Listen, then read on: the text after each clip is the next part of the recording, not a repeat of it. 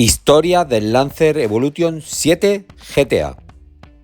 El 29 de enero del 2002, apenas un año después del lanzamiento del Evo 7, Mitsubishi sorprende al mundo con una versión de este, denominado con el nombre de Evolution 7 GTA, Grand Touring Automatic, y se caracteriza por ser el primer Lancer Evolution equipaba una caja de cambios de 5 marchas rebotizada, con levas en el volante, denominada Invex 2.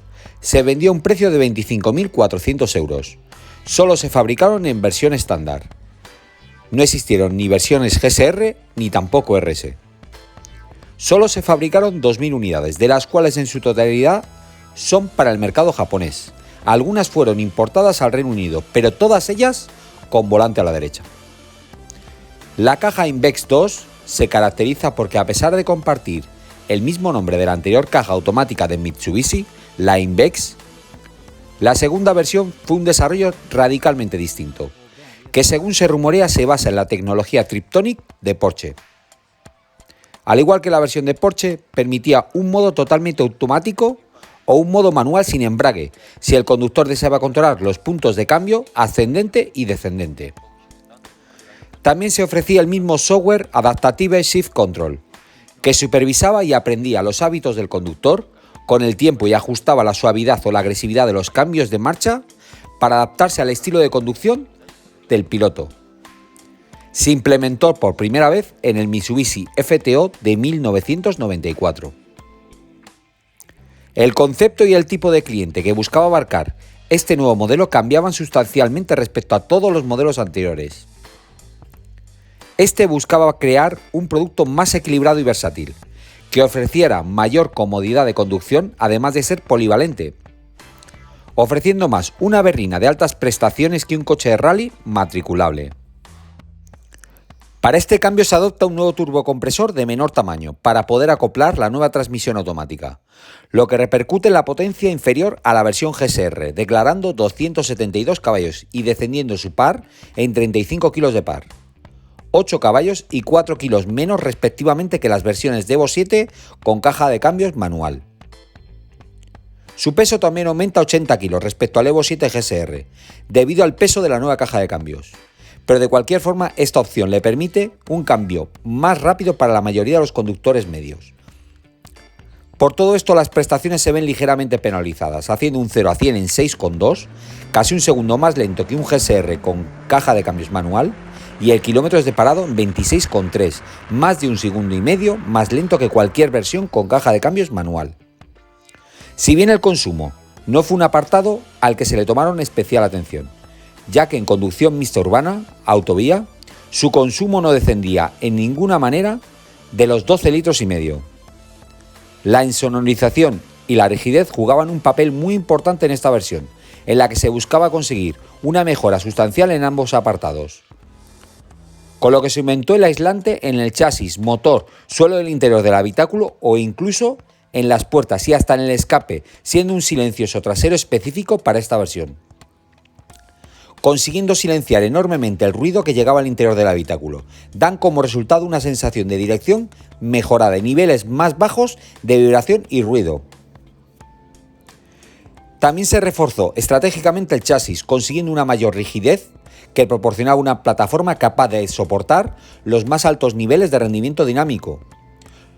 La rigidez de la suspensión se incrementó mediante la implantación de unas placas de acero en forma de anillo en la parte superior de los brazos de suspensión delanteros y traseros, lo que proporcionaba una mayor linealidad y rigidez, así como menor vibración en la dirección.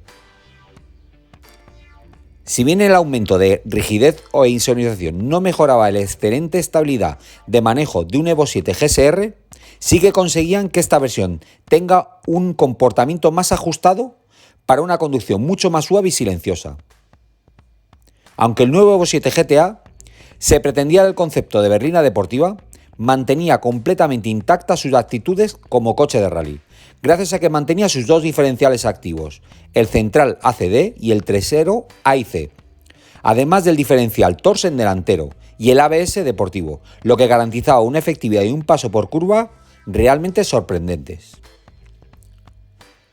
Para conseguir esa imagen más discreta y berlina atractiva para la gran mayoría de público, se montó un alerón más pequeño con la luz de freno integrado.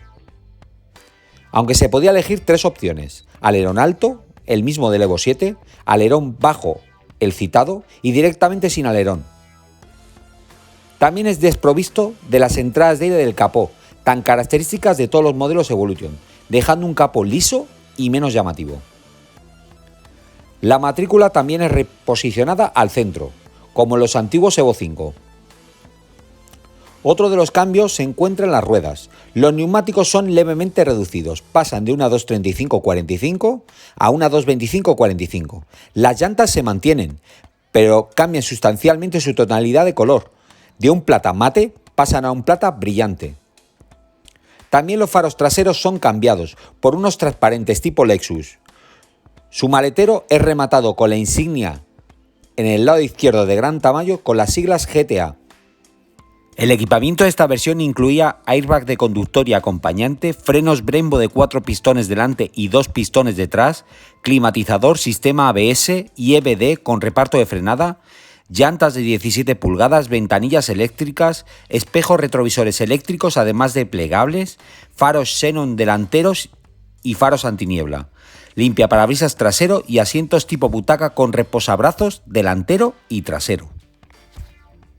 A pesar de lo que pueda parecer, Mitsubishi no dejó ningún cabo suelto, y el modelo ofrecía un extenso catálogo de extras y personalización. Por ejemplo, se ofrecía por primera vez el color oro en su catálogo, o la opción de elegir las ventanillas de los asientos traseros con vidrios de privacidad.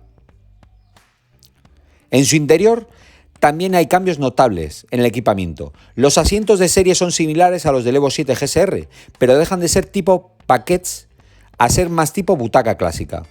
También se ofrece opcionalmente 2 tipos de asientos. Un interior de cuero negro con butacas tipo limosín de corte más señorial, o bien unos recaro en color azul muy similares al Evo 7 con mayor agarre en los laterales, pero que no terminaban de ser buckets tampoco. También recibe un embellecedor en azul brillante en su salpicadero y en las zonas de la palanca de cambios y en las guarniciones de las puertas. Incluye una opción, una radionavegador de doble DIN especialmente hecha para el modelo, e incluso se ofrece techo solar en opción. Junto al Evo 7 fueron los primeros en tener esta opción. Y el cuadro de cuenta kilómetros en esta versión era de color blanco, que incluía el indicador de posición de diferencial central, con sus 3 posiciones según el tipo de firme al que se enfrentara, y un indicador de la posición de la caja de cambios automática.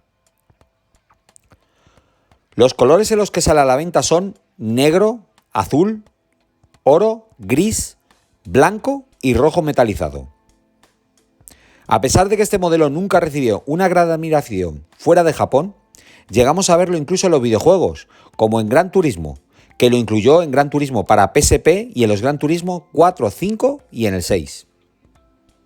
En el World Rally Championship del 2002, que comenzaría el 19 de enero de aquel mismo año, apenas una semana antes del lanzamiento del Evo 7 GTA, el mundial de aquel año arrancaría con la participación de 7 equipos: Peugeot y el 206 World Rally Car de Richard Vance y Marcus Grönholm y Gilles Panassi, Ford y el Focus World Rally Car de Carlos Sainz y Colin McRae, Subaru y el Impreza World Rally Car de Tommy McKinnon y Peter Solberg, Skoda y el Octavia World Rally Car de Kenny Terison y Tony Wadenmeister, Hyundai y el Accent World Rally Car de Freddy Loix y Juha Kankunen, Citroën y el Sara World Rally Car de Sebastian Loeb y Chus Puras.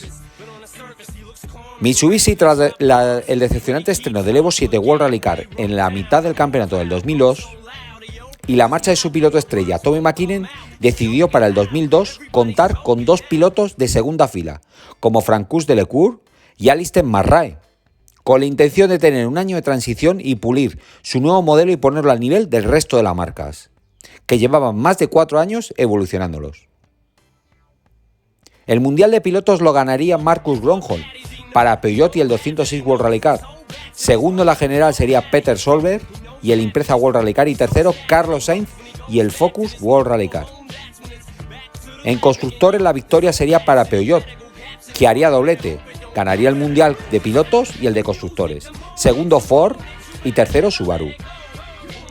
McKinnon tendría un mundial decepcionante con Subaru, en donde solo consiguió la victoria en Mónaco, que se convertiría en el piloto con más victorias en ese rally, pero en la general terminaría con un pobre octavo puesto y muy lejos de los puestos que tenía acostumbrado a ofrecernos años atrás. Por desgracia para Mitsubishi, el año no es que fuera ni de cerca mejor que el anterior, de hecho fue el peor de la historia para la marca, donde el mejor resultado fue un quinto puesto de Alistair McRae en Suecia y un último en constructores. Para colmo, el equipo quedó marcado por el accidente de Leclerc en Australia, que le costó la carrera deportiva a su copiloto, Daniel Grataluf, y que a punto estuvo de costarle la vida. Tras estos malos resultados, la marca decidió darse un año sabático y no participar en el Mundial del 2003.